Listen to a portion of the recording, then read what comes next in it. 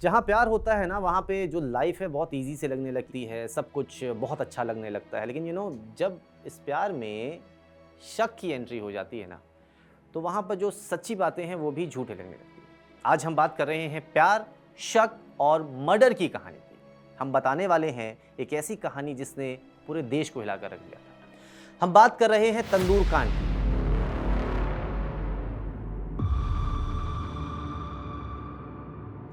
जिस तंदूर में रोटियां बनाई जाती हैं, अगर उस तंदूर में किसी को जलाकर मार दिया जाए, वो भी किसी ऐसे शख्स को जिसके बिना आप कभी रह नहीं सकते, मतलब आप इमेजिन नहीं कर सकते उसके बिना अपनी ज़िंदगी। ये सुनने में थोड़ा अजीब लगता है, लेकिन असलियत ये है कि ऐसा हुआ था। दिल्ली के वीवीआईपी इलाके में इस वारदात को अंजाम दिया गया था। इस केस को ज़्यादातर लोग तंदूर कांड के नाम से जानते हैं। तंदूर कांड हिंदुस्तान का पहला ऐसा कांड था, ऐसा केस था जिसमें मर्डर के तरीके और फिर लाश को छिपाने के तरीके को लेकर बहुत ज्यादा चर्चा हुई। इसके बारे में जिसने भी सुना कल्पना से परे वाले, इमेजिन नहीं कर पाए कि ऐसा भी हो सकता है क्या। खैर, इसमें दो मेन कैरेक्टर हैं, एक है सुशील शर्मा, दूसरी नैना साहनी। दोनों ही कांग्रेस से एसोसिएटेड थे। यह कहानी है 2 जुलाई 1995 की, और इस दिन दिल्ली में हर साल की तरह गर्मी काफ़ी थी। दिन के वक्त सड़कों पर सन्नाटा था और शाम होते ही चहलकदमी होने लगती थी। लेकिन इसी 2 जुलाई की रात कुछ ऐसा हुआ था जिसने सबको झकझोर कर रख दिया था। दिल्ली के दिल यानी कि कैनॉट प्लेस में एक रेस्टोरेंट के तंदूर के अंदर एक महिला की लाश मिली थी, और इसकी खबर जब फैली, जब सामने आई, हालांकि कुछ घंटों तक तो नहीं आई थी, लेकिन जब आई तो राजनीति से लेकर पुलिस महकमे तक में हर जगह हड़कंप मच गया, क्योंकि ऐसा किसी ने इमेजिन ही नहीं किया था। खैर, सुशील शर्मा और नैना साहनी, जैसा कि आपको मैंने बताया, दोनों ही कांग्रेस पार्टी में थे। सुशील एक उभरता हुआ नेता था और शायद एक बड़ी कुर्सी पा सकता था, एक ओहदा उसका अच्छा हो सकता था। और दूसरी ओर नैना थी, एक सिंपल सी कांग्रेस की कार्यकर्ता। दोनों के बीच मुलाकातें हुई, क्योंकि एक ही पार्टी में दोनों थे। दोनों के बीच दोस्ती हुई और फिर दोस्ती इश्क में बदली। और सबसे बड़ी बात यहाँ पर यह है कि दोनों की जो रिलेशनशिप थे, दोनों एक दूसरे को डेट कर रहे थे, ऐसा किसी को पता ही नहीं चला। और इतना ज़्यादा कॉन्फिडेंशियल था कि दोनों ने शादी कर ली और किसी को नहीं पता था। मतलब नैना के फ्रेंड्स को या फिर कांग्रेस पार्टी, किसी को नहीं। कुछ लोग कहते हैं कि सुशील जो था उसका करियर कुछ लंबा होने, उसके कुछ प्लान्स अलग थे, इसलिए उसने इस चीज़ को छिपा के रखी। हालांकि एक ऐसा शख्स था जिसको इस बात की जानकारी थी कि दिल्ली के गोल मार्केट में ये दोनों एक साथ एक फ्लैट में रहते हैं। खैर, सुशील और नैना दोनों के रिश्ते बहुत अच्छे थे, दोनों एक दूसरे को बहुत चाहते थे। लेकिन शक की फिर यहाँ पर एंट्री होती है, क्योंकि एक तीसरा इंसान भी यहाँ आता है। उसका नाम है मतलूब करीम। दरअसल नैना का पुराना दोस्त था और वो कांग्रेस पार्टी का कार्यकर्ता भी था। अब दोनों अच्छे दोस्त थे, मिलना जुलना भी होता है। आज हम लोग भी यही करते हैं, कोई अच्छे फ्रेंड हो तो मिलना जुलना होता है। लेकिन ये जो मेल मुलाकातें थी, ये नैना के पति सुशील को पसंद नहीं थी। कह सकते हैं कि नैना को लेकर सुशील बहुत ज़्यादा पॉजिटिव था। फिर 2 जुलाई 1995 की देर शाम सुशील अपने फ्लैट पर आता है, तो उस वक्त उसने एक चीज़ नोटिस की कि नैना जो है फ़ोन पर किसी से बात कर रही है, और उसको देखते उसने फ़ोन काट दिया। सुशील को शक था और ये शक कुछ ज़्यादा ही बढ़ गया। उसे लगा पता नहीं किससे उसने बात की है, क्या बात हो रही है, तो उसको थोड़ा सा कुछ अजीब लगा। उस वक्त मोबाइल फ़ोन हुआ नहीं करते थे, घरों में लैंडलाइन हुआ करता था, जो कि सबके पास नहीं था। वो लैंडलाइन उसने देखा और फ़ोन मतलब कि हाँ ठीक है, मतलब होता है ना, कई बार रख देते, वैसा ही उसने कुछ किया। सुशील ने पहले तो नैना से बात की, उससे पूछा कि बताओ किससे बात कर रही हो, क्या बात कर रही थी। तो उस कॉन्वर्सेशन को कहते हैं कि नैना ने काटने की कोशिश की, और इसके बाद सुशील ने अपना दिमाग चलाया। सुशील ने क्या किया कि वो जाता है अपने उस लैंडलाइन फ़ोन के पास, और आपने अक्सर देखा होगा लैंडलाइन में एक रीडायल का बटन होता है। उसे प्रेस करने पर जो आखिरी नंबर आपने डायल किया है, जो लास्ट डायल नंबर है, उस पर वो वापस फ़ोन कनेक्ट हो जाता है। सुशील ने अपना दिमाग लगाया, उसने लैंडलाइन फ़ोन से रीडायल का नंबर दबाया और दूसरी तरफ से जो आवाज़ आती है वो थी मतलूब करीम।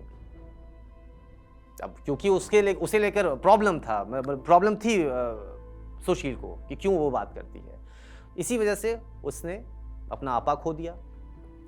काफ़ी ज़्यादा वो नाराज़ हुआ। एक तरह से कह सकते हैं कि जो शक अब तक सुशील को था वो एक तरह से उसके दिमाग में यकीन में आ गया। उसे लगा कि दोनों के बीच कुछ अफेयर है और वो पहले से ऐसा तो लग रहा था, लेकिन उस दिन उसने इसे मान ही लिया था एक तरह से। गुस्से में वो लाल था, उसने अपनी लाइसेंसी पिस्तौल निकाली और सीधे 3 गोलियां चलाई नैना पे। इसमें से 2 गोली नैना को लगी और मतलब सिचुएशन ऐसा था कि नैना को अस्पताल ले जाने का भी वक्त नहीं मिला था। Naina was dead on the spot. खैर, अब गुस्से में सुशील ने कत्ल उसने कर दिया था, लेकिन सुशील को यह भी समझ में आ चुका था कि अब वो एक बहुत बड़ी मुसीबत में फंस चुका है।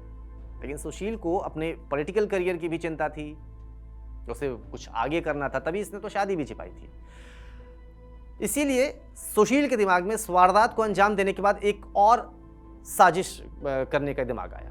सुशील के सामने सबसे बड़ा चैलेंज था कि नैना की बॉडी को ठिकाने कैसे लगाया जाए, और वो हर हाल में इस चीज़ को कुछ इस तरीके से करना चाहता था जिसके बाद पता ही नहीं चले कि नैना है कहाँ, नैना जिंदा है या मर गई, नैना मर गई है तो लाश कहाँ है, पता ही ना चले। सुशील ने अब ये सोचिए कि बड़े ही शातिर तरीके से वो प्लान बनाया और उसी प्लान में वो फंस भी गया। उसका प्लान तो बहुत अच्छा था लेकिन फंस गया, क्योंकि वो रात का वक्त था और सड़कें सुनसान हो चुकी थी, कम ही लोग आ जा रहे थे। इसलिए उसे लाश को ठिकाने लगाने के लिए एक मौका मिला।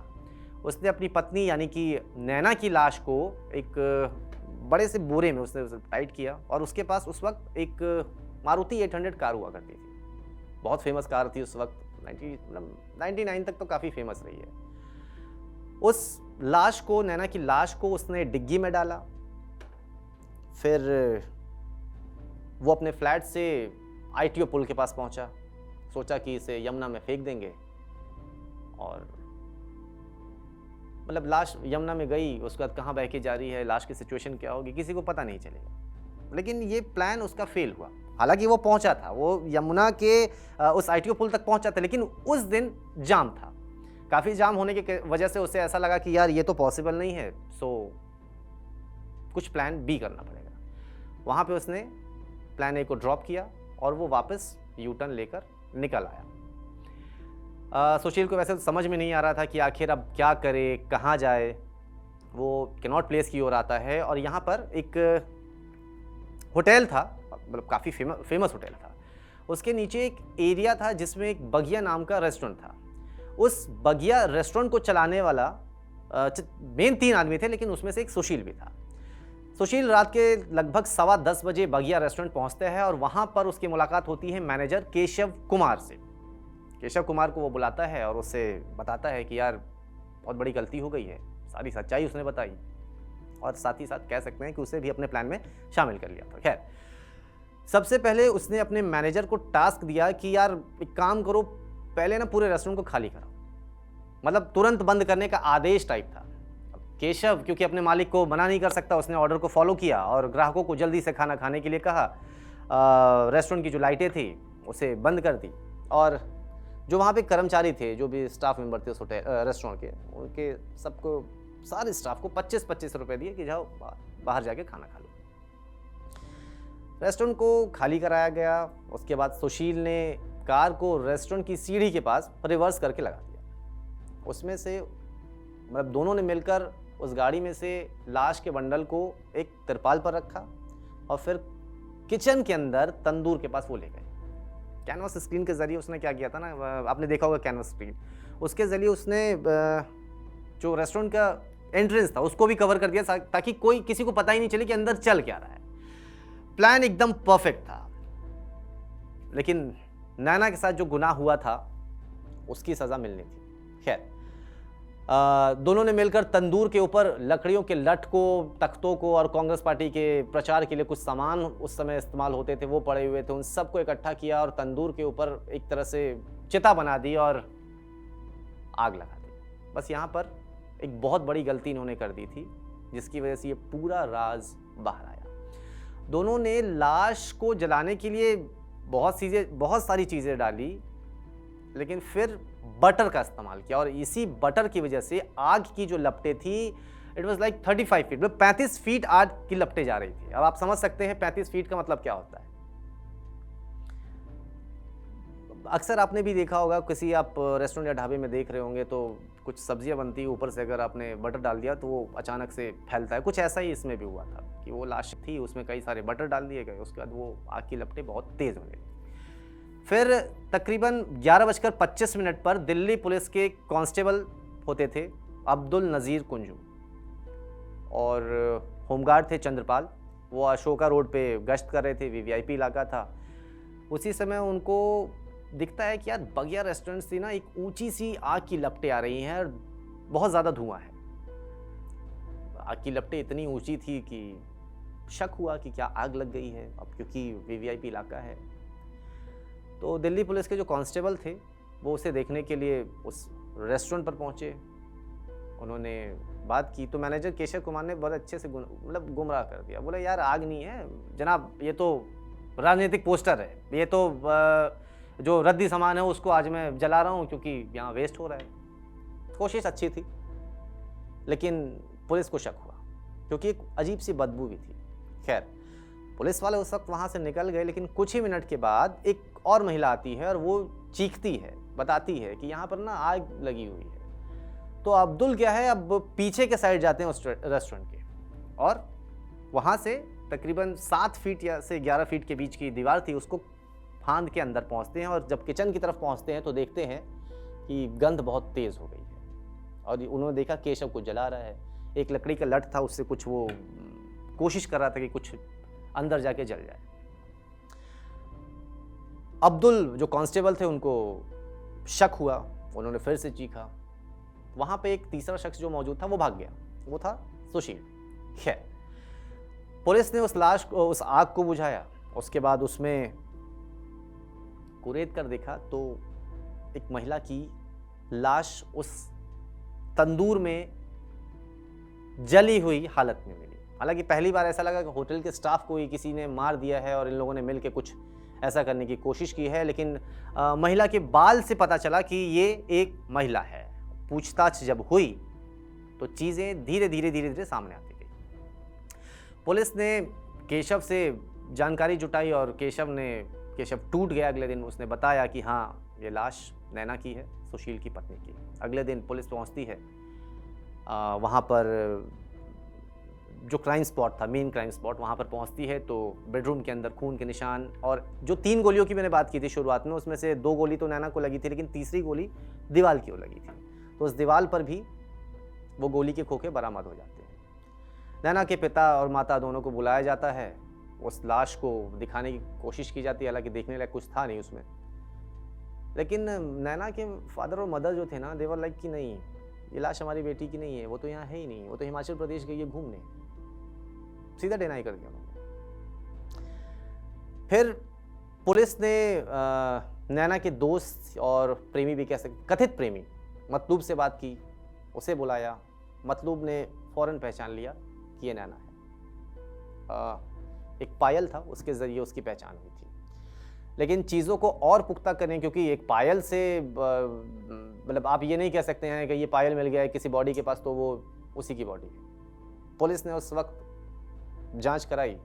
हैदराबाद के डॉक्टर लालजीत सिंह ने उस बॉडी का डीएनए टेस्ट किया, उनके माता पिता जो हैं उनके ब्लड से उसे मैच किया और उस वक्त साबित हुआ कि ये लाश नैना साहनी की है। दूसरी ओर नैना की हत्या करने के बाद सुशील शर्मा दिल्ली से फरार हो चुका था। वो कभी जयपुर भाग रहा था, कभी मुंबई और कभी चेन्नई। और उसकी चालाकी देखिए, मद्रास की एक कोर्ट में उसने अग्रिम जमानत की याचिका डाल दी, वो एक्सेप्ट भी हो गई, लेकिन प्रेशर काफ़ी था। फिर मद्रास हाईकोर्ट ने उस पिटिशन को खारिज किया और आखिरकार 10 जुलाई 1995 को सुशील ने बेंगलोर में सरेंडर किया।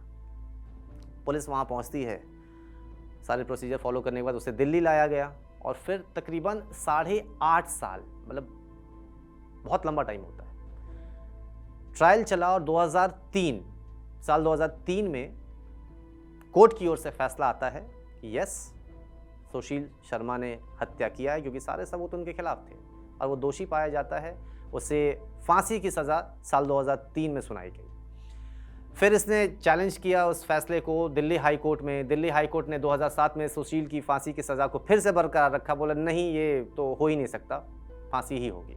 लेकिन 2013 में मामला पलटा और सुप्रीम कोर्ट ने सुशील की फांसी की जो सज़ा थी उसको उम्र कैद में बदल दिया। अदालत ने ये माना कि जो क्राइम हुआ है वो समाज के खिलाफ नहीं है, बल्कि मतलब पर्सनल जो रिलेशन है उसकी वजह से जो तनाव था ये उसका रिजल्ट है। सुशील ने लगभग 23 साल जेल में बिताए और जेल में उसका व्यवहार बहुत अच्छा था। 2018 में दिल्ली हाई कोर्ट ने उसे वहाँ से रिहा कर दिया। आज सुशील शर्मा एक नई पहचान और एक नए नाम के साथ एक गुमनाम जिंदगी जी रहा है, मीडिया की चकाचौंध से दूर है। तो कुल मिलाकर ये कहानी लव, अफेयर, शादी एंड शक से रिलेटेड है। बहुत इंपॉर्टेंट है कि प्यार है, बहुत अच्छी बात है, लेकिन उस प्यार के साथ साथ जो भरोसा है वो कायम ही रखिए, उस भरोसे के मत तोड़िए, क्योंकि अगर भरोसा टूटा तो वो रिश्ता टिकता नहीं। केस क्लोज के अगले एपिसोड में एक ऐसी ही कहानी, क्राइम की कहानी जिसने सबको झकझोर कर रख दिया, जिसने एक तरह से कह सकते हैं कि मतलब विभत्स जो कहते हैं, ऐसी क्राइम की कहानी लेकर हम फिर से हाजिर होंगे। तब तक सुरक्षित आपको रहना ही है और शक को दूर भगाइए, भरोसा टूटने मत दीजिए।